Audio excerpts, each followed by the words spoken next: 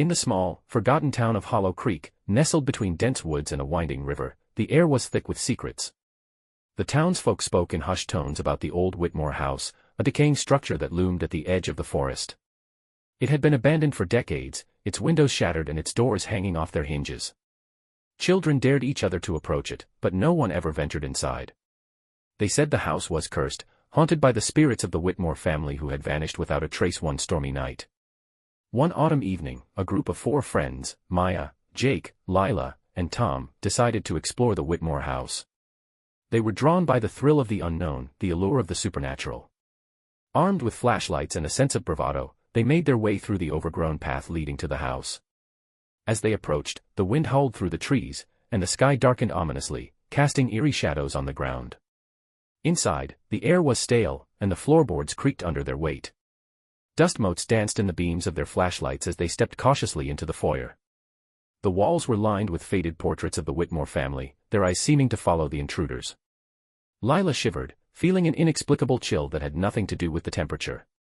"Let's split up and see what we can find," Jake suggested, his voice echoing in the silence.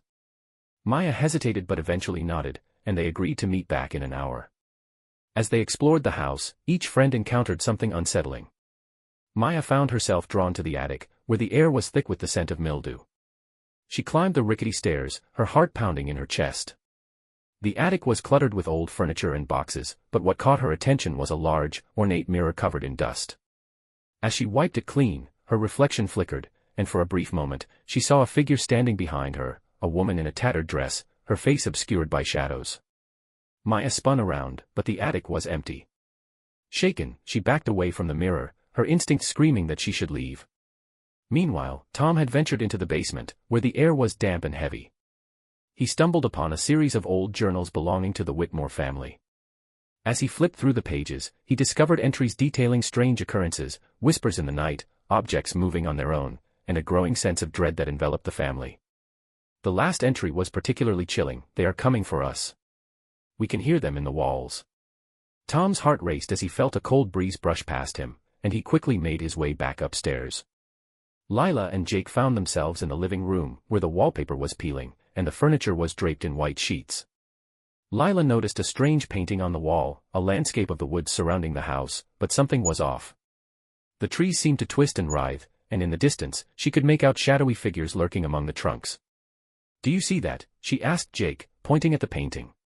He squinted, but the figures seemed to vanish as he looked closer. "It's just a painting, Lila." "You're imagining things," he replied, though he felt a prickle of unease. As the hour drew to a close, the friends reconvened in the foyer, each of them visibly shaken. "Did you guys feel that?" Maya asked, her voice trembling. "I saw something in the attic." Tom nodded, clutching the journal tightly. "I found some creepy stuff in the basement. We should leave."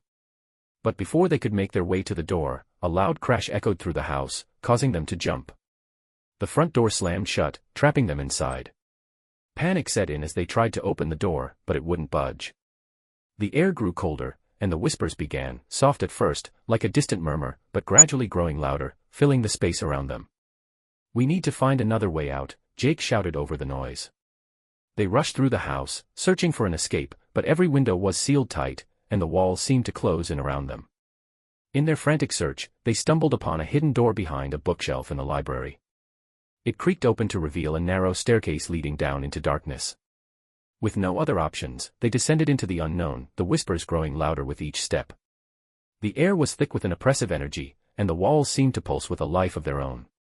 As they reached the bottom of the staircase, they found themselves in a dimly lit chamber, the walls lined with strange symbols and markings that seemed to writhe and shift in the flickering light of their flashlights. The air was heavy with a musty odor, and the whispers coalesced into a cacophony of voices, each one distinct yet overlapping, creating a haunting symphony of despair. "What is this place?" Lila whispered, her voice barely audible over the din. Tom shone his flashlight on the walls, revealing more of the symbols. Some looked like ancient runes, while others resembled crude drawings of figures with elongated limbs and hollow eyes. "I don't know, but it feels wrong," he replied, his heart racing. The atmosphere was thick with dread, and an overwhelming sense of being watched settled over them. Suddenly, the whispers stopped, plunging the chamber into an eerie silence. The friends exchanged nervous glances, unsure of what to do next. Just then, a low rumble echoed through the chamber, and the ground beneath them trembled. A section of the wall shifted, revealing a hidden alcove.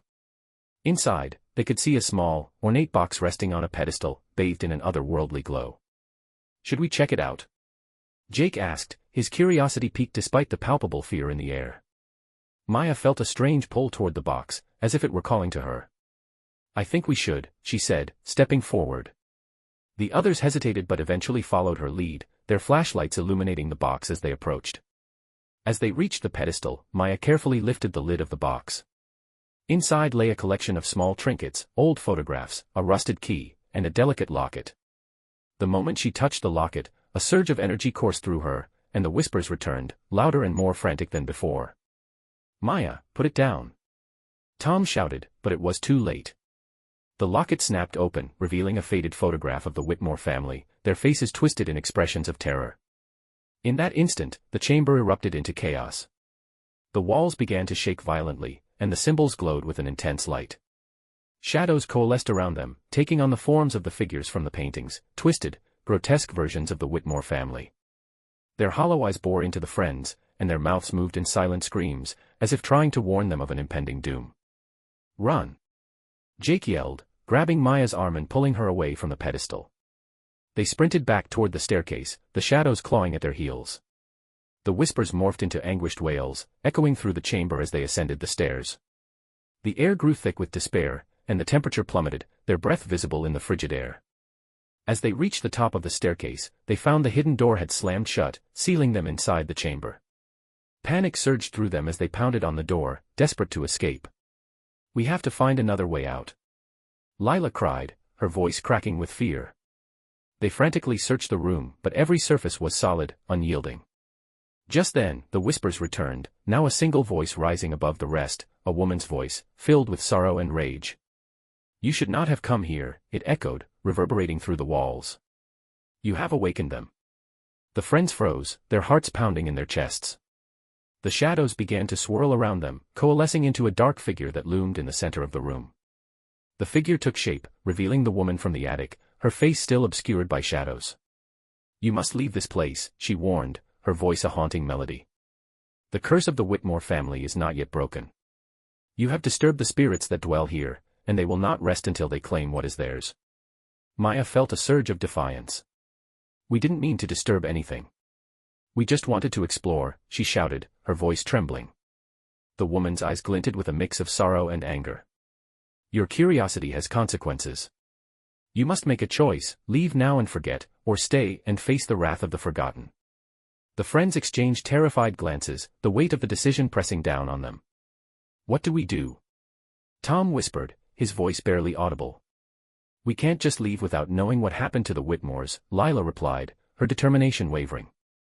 "But if we stay, we might not make it out alive," Jake countered, his eyes darting around the room as the shadows began to close in. The woman's form flickered, and the whispers grew louder, drowning out their voices. The shadows surged forward, their tendrils reaching out as if to ensnare the friends. The woman's figure flickered again, her expression shifting from sorrow to desperation. "You must decide quickly," she urged, her voice rising above the chaos.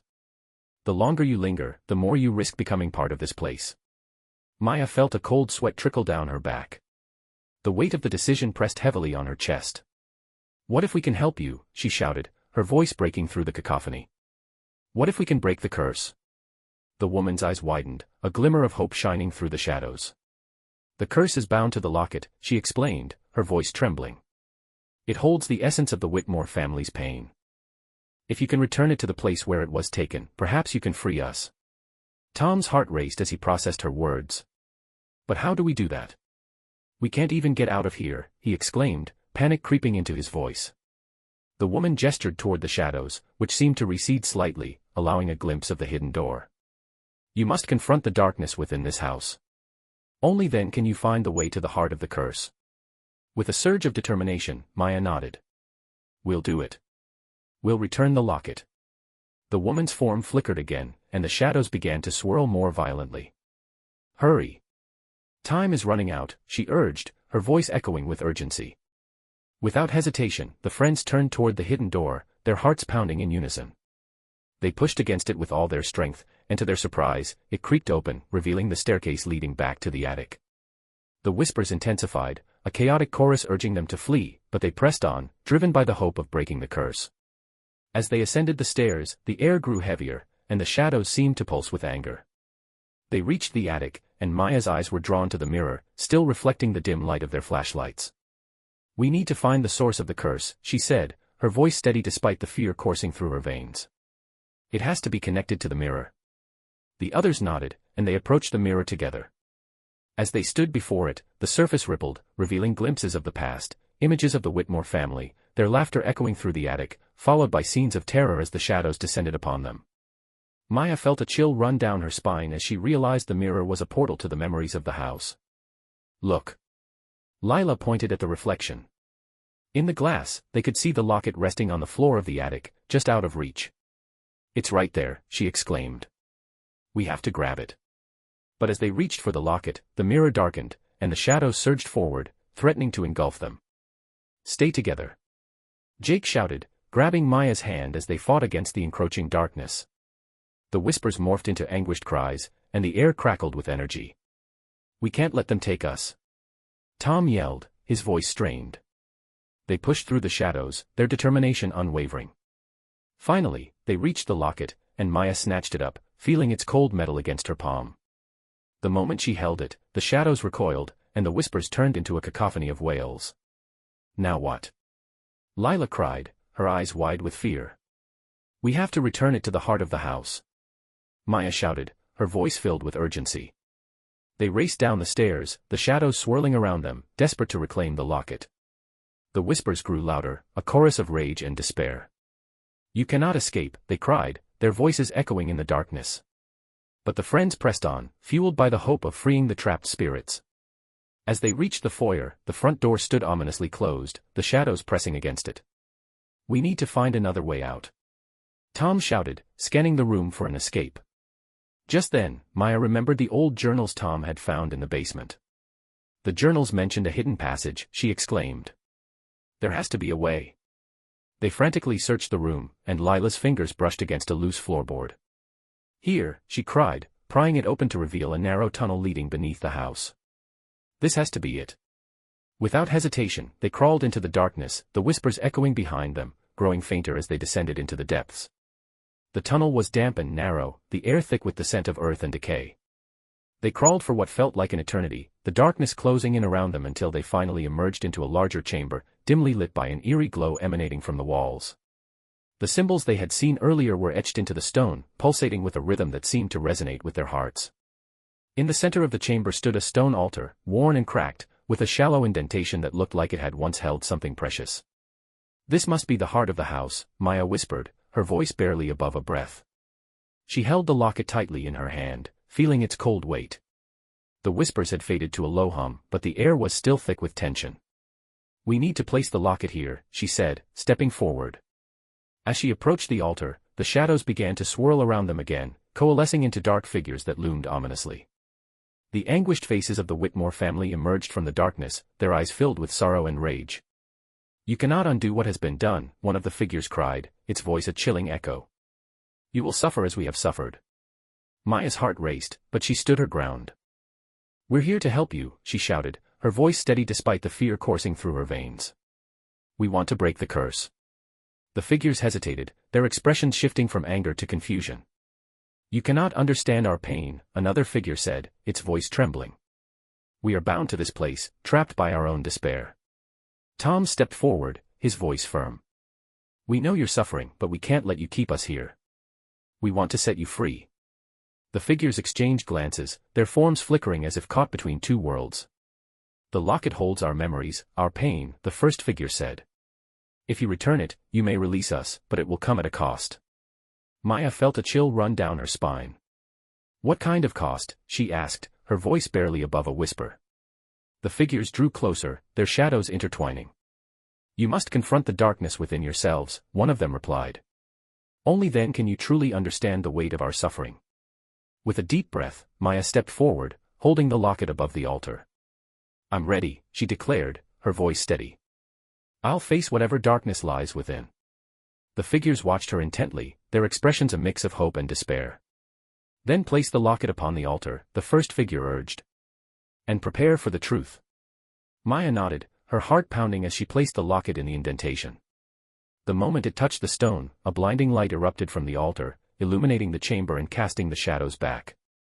The whispers transformed into a chorus of voices, each one telling a fragment of the Whitmore family's story, their joys, their sorrows, and the darkness that had consumed them. Maya felt herself being pulled into the light, her surroundings dissolving into a whirlwind of memories. She saw the Whitmore family in happier times, laughing and playing in the fields, but then the darkness crept in, whispers of jealousy, betrayal, and fear. She witnessed the night they had vanished, the shadows enveloping them as they succumbed to their own despair. As the memories flooded her mind, she felt the weight of their pain pressing down on her. She saw the choices they had made, the moments of weakness that had led to their downfall. Tears streamed down her face as she realized the truth: the curse was not just a result of the house, but of the family's own unresolved conflicts and fears. Suddenly, the light intensified, and Maya found herself back in the chamber, gasping for breath. The figures of the Whitmore family stood before her, their expressions softened. "You have faced the truth," the first figure said, its voice now gentle. "You have shown us compassion. Perhaps there is hope for us yet." The shadows began to recede, and the oppressive weight in the air lifted. "Thank you," another figure whispered, tears glistening in its hollow eyes. "You have given us a chance to find peace." The chamber filled with a warm light, and the figures began to dissolve into the air, their forms becoming one with the light. Maya felt a sense of relief wash over her, but as the last of the figures faded, a chilling realization struck her. "Wait. What about us?" she cried, her voice echoing in the now empty chamber. The light flickered, and the whispers returned, but this time they were softer, more melodic. "You have freed us, but the darkness still lingers," the voice of the woman echoed. "You must find your way out before it consumes you." Panic surged through Maya as she turned to her friends. "We need to go. Now." They raced back through the tunnel, the whispers growing louder behind them, a chaotic symphony of anger and despair. The shadows surged forward, desperate to reclaim what had been lost. The friends crawled through the narrow passage, their hearts pounding in their chests as they felt the darkness closing in around them. "Faster!" Jake urged, his voice strained. "We can't let them catch us." They scrambled through the tunnel, the walls seeming to pulse with a life of their own, as if the house itself were trying to keep them trapped within its grasp. The whispers morphed into a cacophony of screams, echoing their fears and regrets. Finally, they burst out of the tunnel and into the attic, gasping for breath. The mirror still stood before them, its surface rippling with energy. "We need to break the mirror," Lila shouted, her eyes wide with fear. "It's the source of the darkness." Maya nodded, her heart racing. "We have to destroy it." They rushed toward the mirror, but as they approached, the shadows surged forward, coalescing into a dark figure that loomed in the center of the room. It was the woman from before, her face twisted in anguish. "You cannot escape," she cried, her voice a haunting echo. "You have awakened the darkness, and it will not let you go." Maya felt a surge of defiance. "We're not afraid of you," she shouted, her voice steady. "We face the truth, and we won't let you keep us here." The woman's expression flickered, a mix of rage and desperation. "You think you can defy the darkness? It will consume you." With a deep breath, Maya stepped forward, her heart pounding. "We're not here to fight you. We want to help you find peace." The woman hesitated, her form flickering as the shadows writhed around her. "You cannot understand our pain," she said, her voice trembling. "We are bound to this place, trapped by our own despair." Tom stepped forward, his voice firm. "We know you're suffering, but we can't let you keep us here. We want to set you free." The woman's eyes glinted with a mix of sorrow and anger. "The darkness is a part of us," she replied. "It cannot be banished without sacrifice." Maya felt a chill run down her spine. "What kind of sacrifice?" she asked, her voice barely above a whisper. The woman gestured toward the mirror, her expression shifting. "To break the curse, one of you must remain behind, bound to the darkness, while the others escape." The friends exchanged horrified glances, the weight of the decision pressing down on them. "No way!" Jake shouted, his voice filled with anger. "We're not leaving anyone behind." But the woman's expression softened, and the shadows began to recede slightly. "It is the only way," she said, her voice filled with sorrow. "You must choose."